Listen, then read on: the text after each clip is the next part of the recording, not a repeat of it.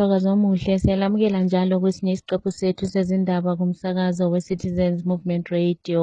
Namhla kungoLwesine zingama-23 kuNtulikazi ngomnyaka ka-2026. Indaba lizethulelwa Mkhethiwe Chuma. Ake sikhangele kwesihamba phambili namhlanje kumsakazo we-Citizens Movement Radio. uMongameli uChamisa uxoxisana labangaphandle kwelizwe ukubumba indlela eyaphambili. Ugatsha lwamapholisa seluveze Mgceke ngokusebenzisa umthetho ngobandlululo. Akubuyelwa emuva ngombhikisho wamhla zingama-31 kuNtulikazi kusho ibandla eliphikisayo. Nanzi indaba zethu ngokugcweleyo.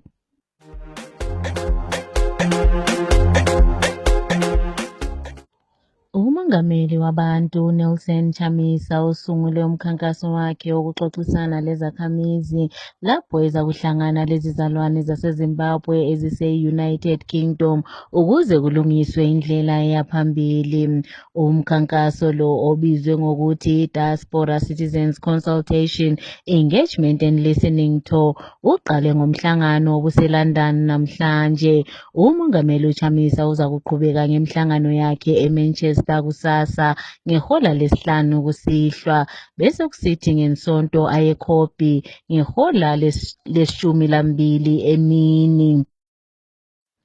Ugatsha lwamapholisa lweZimbabwe Republic Police seluveze Mgceke ngokusebenzisa umthetho ngobandlululo ngemva kokuba bethule inkulumo lapho bethi bahlose ukubopha lo webandla eliphikisayo uGodfrey Karembera owaziwa ngokuthi nguMatsibaba Beshanduko.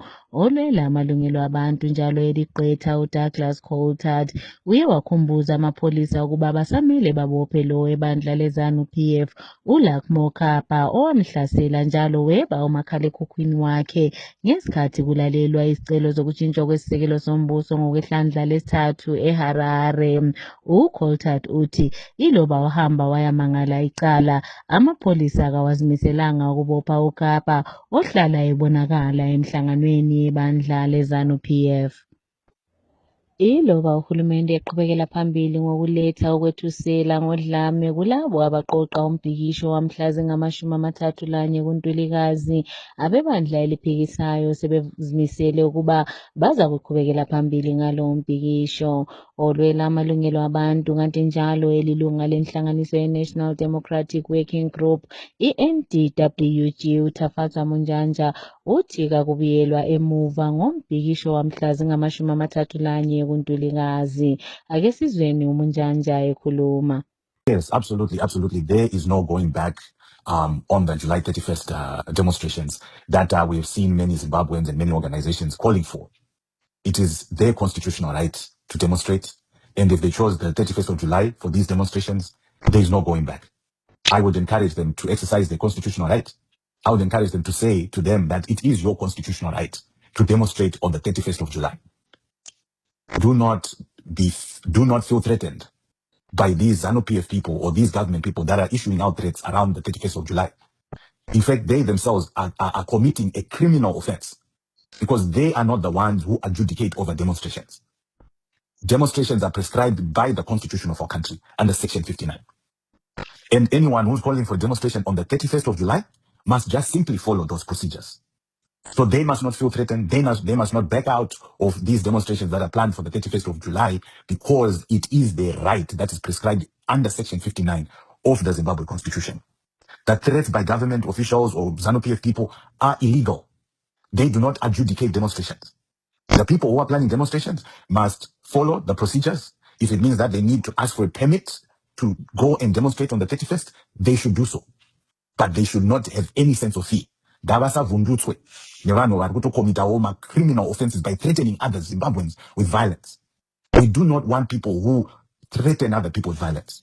Everything should be done according to the Constitution of our country under Section 59, which calls for peaceful, non-violent demonstrations. And I believe that is what many Zimbabwean citizens and organizations are calling for on the 31st of July. And they must proceed with that. I encourage it. I believe in human rights. I believe in the rights of people to exercise their freedom to demonstrate, to express themselves. And as such, they must demonstrate should they desire to do so on the 31st of July. No, thank you so much for this opportunity. Zimbabweans, stay strong. This Tab 3 was an illegality. It was passed without any referendum. The incumbent cannot benefit from this CAP 3.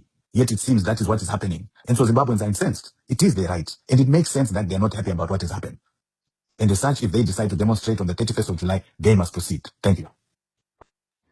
Esinye njalo isizalwane saseZimbabwe uVurande Mahlupheko uselande inkantolo ye-Constitutional Court lapho ephikisana lo mthetho omutsha ukutshintshwa kwesisekelo sombuso ngokwehlandla lesithathu lo athi kawukho njalo kawusebenzi. Ekhuluma ngeqetha lakhe uMkhwicamfundo Lovemore Maduku, uMahlupheko uphikisa ukuba iPhalamende yatshintsha izicaphuno eziningi lezi ezingazange zafakwa ngesikhathi kukhishwa umbiko ngokutshintshwa kwalo umthetho njengalokhu okuvunyelwa ngumthetho. Umongameli, iPhalamende kanye lo-Attorney General longqongqoshe okhangela ngezomthetho labo kumele baphendule ngalolu daba. Okwakhathesi kulamacala amane asehanjiswe enkantolo lapho kuphikiswa khona ukutshintshwa kwesisekelo sombuso ngokwehlandla lesithathu. Akungapheli insuku ezimbili ngemva kokwethuselwa kwezakhamizi, uhulumende webandla leZANU-PF usesethusela njalo labo abathatha izindaba ukuba bangaqali ukuveza okuzakwenzakala ngalokho okuhloswe ngembhikisho. Usomlomo ka-Emmerson Mnangagwa uGeorge Charamba ekhuluma ngendaba ebezikhishwa ngombhikisho lo ozakuba khona, uxwayise onozindaba ukuba bangathathi imfanekiso njalo bangakhuphi izindaba mayelana lombhikisho lo wamhla zingama-31 kuNtulikazi.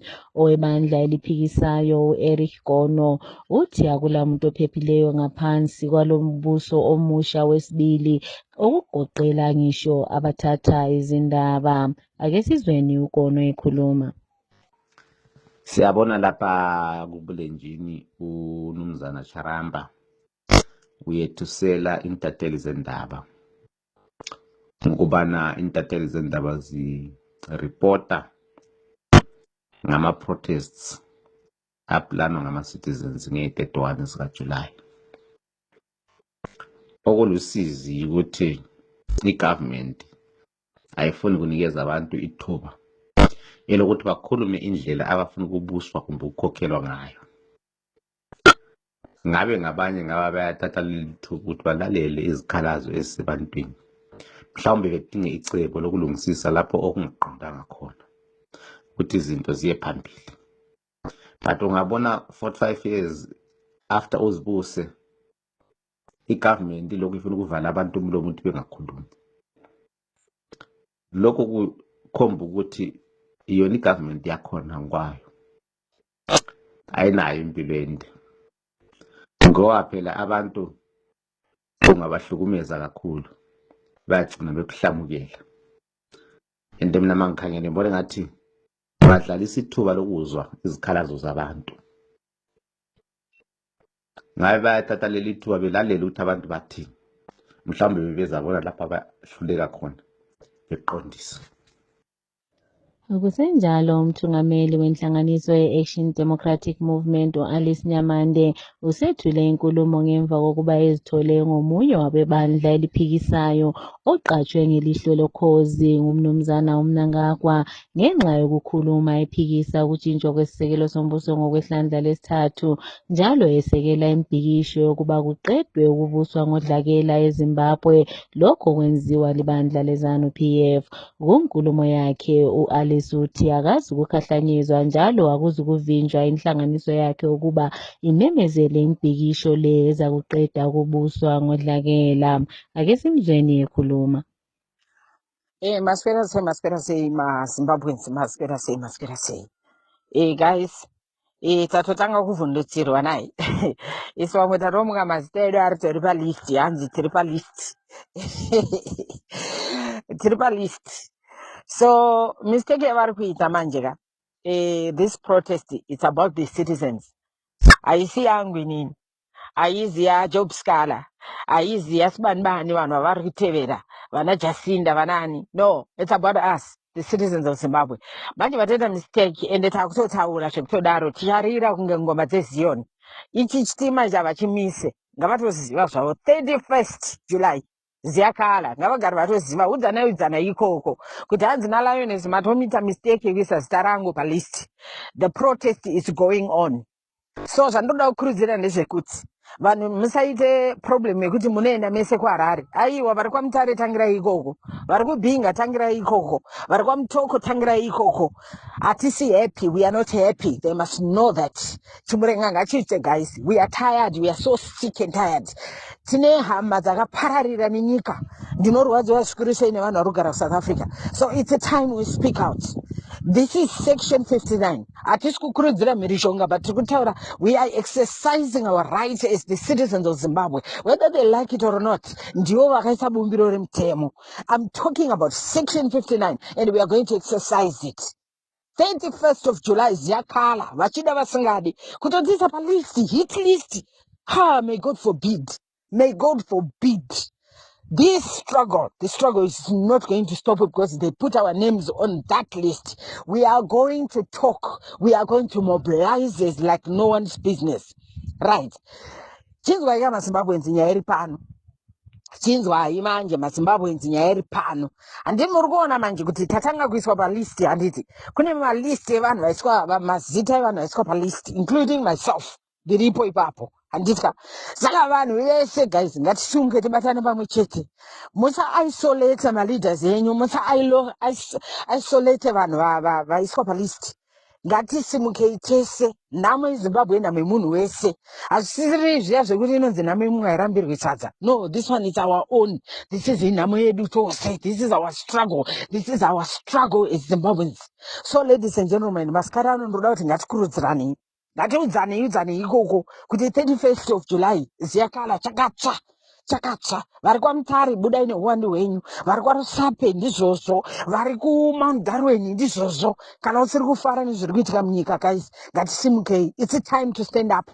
Vatokanganisa kudena mangwiro otokwinya vaita mistake hombe kuindisa palist. That's the biggest mistake they did, and I'm going to speak out like no one's business. The world is watching. It's watching. Vasijayela kabi kuitira kuti vanhu vakada kutaura kuexercise right yavo vanoiswa palist yenkabi. My foot man, my foot. Zimbabwe belongs to the people, whether they like it or not. We are the citizens of that country. We are the citizens of that country, whether they like it or not. That's our country. Kune rukuvhute rwedu, ndo kune rukuvhute rwedu. Nyika yakafirwa namadzibaba edu. Kune vamwe vakatofira mune dzimwe nzvimbo zvekuti nanhasi kana maremains avana kuwanikwa. Do you think they fought for other people? No, they fought for all of us. Kuti tive neugaro hwakanaka. Nemapfumiro akaita Zimbabwe pamaresources, I'm talking about minerals. We shouldn't be in a foreign land. No. We shouldn't. Zimbabwe belongs to us. And we are going to fight for that. We are going to speak out. Whether they like it or not, no matter they kill us today, those that are going to stay behind, guys, don't give up. Zimbabwe belongs to all of us. Zimbabwe belongs to our children. Zimbabwe belongs to their children as well. So me nagita aluta konenua Zimbabwe to the people. We are the citizens. Our lives matters. Sokusele insuku eziyisificamunwemunye kwele Victoria Falls ukuba kuyiwe ekhethweni. Ukhetho lolu luza kubanjwa emawadini athi uWard 9, 10 kanye lo-11 mhla zinye kunyanga ezayo, ngemva kokuba kwakhishwa amakhansela amathathu ngulo osetshenziswa libandla leZANU-PF uSengezo Tshabangu. Siye saxoxisana lomunye wamakhansila akhishwayo uNkanyiso Sibindi ukuze sizwe yakhe imbono phambi kokuba kuyiwe ekhethweni. Ake simzweni ekhuluma. Salibonani. Hayi, igama lami mina nguNkanyiso Sibindi, a recalled councillor from Victoria Falls City. Ngarecallwa mhla ka-4 June 2026. Izizathu zokurecallwa azikho egcekeni, kodwa mina engikwaziyo ukuthi besisilwa lezigilamkhuba ezibulala iVictoria Falls through corruption. So thina njengamakhansela uDaniel Moyo, Mthunzi Mpofu Lonkanyiswa Sibindi, we said no, we cannot partake in such activities. And we tried ukuthi sikhulumisane lo mayor we-Victoria Falls ukuthi sibonisane ukuthi singakulwisa njani lokho. However, the mayor, he sided with the town clerk because they looked together and said, no, let's recall these guys. Then we bring more ZANU-PF candidates. Then if we bring more ZANU-PF candidates, definitely they'll work with us in looting. So that's basically one of those plans why they recalled us. Usengezo Chabangu is just a puppet. Esetshenziswa ukuthi besirecall ama-councillors asebenza gadalala asebenzela izakhamizi. Thina sisebenzela izakhamizi without any favor that we want from them. We only want to do the right thing. Integrity yiyo thina esiyimeleleyo. Kodwa ungasebenza ngendlela enjalo, you become enemy of the management, enemy of other colleagues that are busy trying to look and enrich themselves. Yikho thina sikufelayo. Siyakwazi ukuthi uSengezo Chabangu wadizwa ukuthi esirecall. And ungakhangela our recall was on the 4th of June.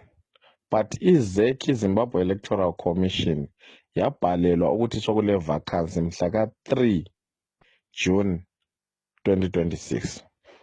And incwadi kaMinister ayikho clear, but ngeka-27 or 26 May 2026 ayikhanyi imnyama. Uhlubona ukuthi vele everything that was done there, it was unprocedural. So sinje siyabe sisizwa umfana ekhuluma sithi lingaze liyenzeni thina we are controlling i-ministry. Minister is in our hands. You won't listen to anybody but accept us.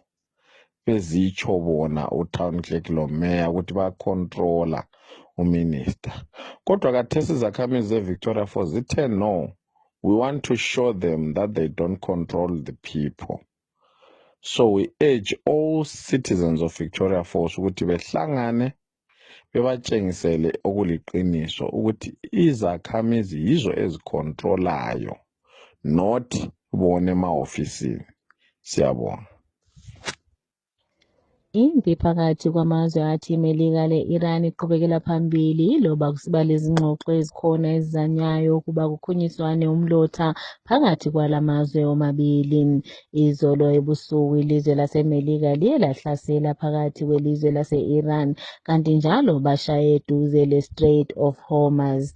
Umongameli wasemelika uDonald Trump uxwayise ukuba Iran nxa ingahlasela izikepe ezise-Strait of Hormuz, imelika iza kuphendula ngokushaya amabholoko kanye lendawo lapho abagcina khona imbane. Kesibuyele kudaba lwethu oluhamba phambili lapho kulungiselelwa impikisho yamhla zingama-31 kuNtulikazi. Siye sezwa imbono yezakhamizi mayelana ngale impikisho. Ake sizweni. Good evening, Zimbabweans. With a brief update in regards to the 31st of July 2026. I speak to you about this historic moment for our nation. We all agree that for too long, we, the people of Zimbabwe, have been denied our voice. But the constitution belongs to us, the people, not to power. Let no one confuse you. Let no one confuse us with technicalities or fear or threats or intimidation. Zimbabwe is not a property of Zimbabwe is not the property of, one family, one party, or any individual. It belongs to all its people. On the 31st of July, Zimbabweans, we must rise peacefully boldly and with discipline to defend constitutional democracy and make our voices heard. This is not a call for violence, but it is a call for truth and, dignity and freedom. We must remain calm, united, unprovoked, reject violence and reject violence, reject divisions. Our power is in our peace. Our power is in our courage, and our power remains in our unity. Let history say that when the moment came, the Zimbabwean Republic Police, the Zimbabwean military, and the people of Zimbabwe chose to stand solidly and chose hope over fear, peace over violence, and people over power. We are the guardians of our constitution and the future of our nation. Thank you, Zimbabwe, and thank you once again, Zimbabwe. May God bless our nation. Nasi ndiri kuda kutaura zvinoita kuti tingoziva kuti tiri kumboindepi. Varume, izwi rinoreva revolution, izwi iroro rakanaka kwazvo kana tichinge tichiritaura, nokuti tose tinofanirwa kuziva kuti revolution kana kuti chimurenga zvinomborevei, nokuti vamwe vari kungoti mheno ndezvebato rakati mheno bodo. Revolution ndiye mwana wemunyika iyoyo yamuka revolution. Ndiye mwana kana tiri muno muZimbabwe, ndiye mwana weZimbabwe. Zvemapato izvi zvinozoonekwa kana tabuda mudambudziko ratagarirwa naro muIjipita. Nokuti muchiona Mozisi aifamba nemunhu wese pasina kutaura zvebato, asi aingoti munhu wese ari kupisa zvidhina nouswa, wese atambura muIjipita ngaauye tifambe tiende kuKenani. Akanga asingatauri zvekuti nokuti iwe uri wokwaningi, iwe unoyera chakati, iwe uri wemudunhu rakati aiwo. Saka ndo zvakafanana naizvozvi. Vananyoka yemabhunu naNagesa vachiuya vakati, varume ngatibatanei seZimbabwe tione kuti tagadzirisa nyika yedu. Unai nyika yaita manyamamire nerongo, nekuti nyika yakungotongwa nemunhu umwe chete, hazvisi kufamba zvakanaka. Saka ndo revolution iyo. Meseji yandauya nayo iri kuuya kuvana veZimbabwe. Tese tiri kunyatsoziva zvakaitika kuti vana veZimbabwe takanyadziswa zvinhu zvizhinji zvakaitika kwatiri kunyika yekuSouth Africa. And munhu wese anonditsigira mashoko aya kuti tine vanhu vanosvika ivo almost like 60 to 70% yevanhu vakanga vari kuSouth Africa vakadzoka kuZimbabwe. I think this is the time, guys, to stand up. This is the time, all of us, tisimuke. Kana vanhu vaimborwisa vari vashoma Zimbabwe, izvezvi vanhu makunyatsa kuona chimiro zvachiri. Inini nhasi ndauya kwamuri vana veZimbabwe ndichida kutsigira nhau ya 31 July. Let's stand up, guys. Let's stand up. All the Zimbabweans, let's stand up.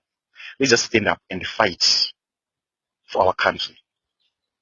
Fight for our future. Ngatisimukei vana veZimbabwe. This is the time. Hatina munhu anouya kuzotimirira. Nyika yedu iri kuparara. Nyika yeZimbabwe iri kuparara. Iri kuita gomba. Because of this Chinese. Because of this woMnangagwa netimu rake. No, hatinganyarari vana veZimbabwe. Let's stand up and fight. Let's stand up and fight together. Tikabatana sevanhu vamwe chete tinowina. Asi tikati mumwe ari apo mumwe ari apo hatibudiriri. Ngatisimuke vana veZimbabwe. Tirwire nyika yedu. This is the time. This is the right time. Let's stand up and fight. Mina ngakwazi didn't even say anything. Banyamiso of South Africa didn't even say anything. Anyway, chawakagona kunza mabhasi atakure vanhu. Zvakagona. Vana vachifa, vachiurayiwa. No, guys, let's stand up and fight. Ngesikhangele kwezemidlalo.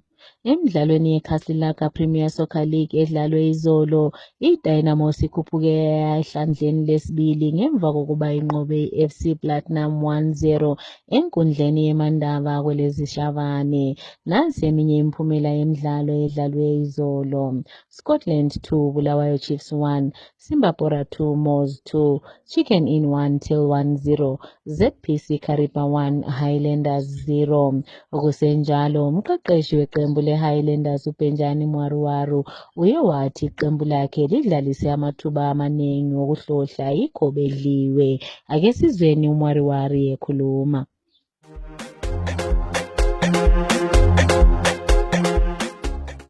Ukuziphetha lezi ndaba kumsakazo we-Citizens Movement Radio nanze bezihamba phambili. Umongameli uChamisa uxoxisana labangaphandle kwelizwe ukubumba indlela eya phambili. Ugatsha lwamapholisa soluveze emceke ngokusebenzisa umthetho ngobandlululo. Akubuyelwa emuva ngembhikisho yamhla zingama-31 kuNtulikazi kusho ibandla eliphikisayo. Siziphetha lapha lezi ndaba.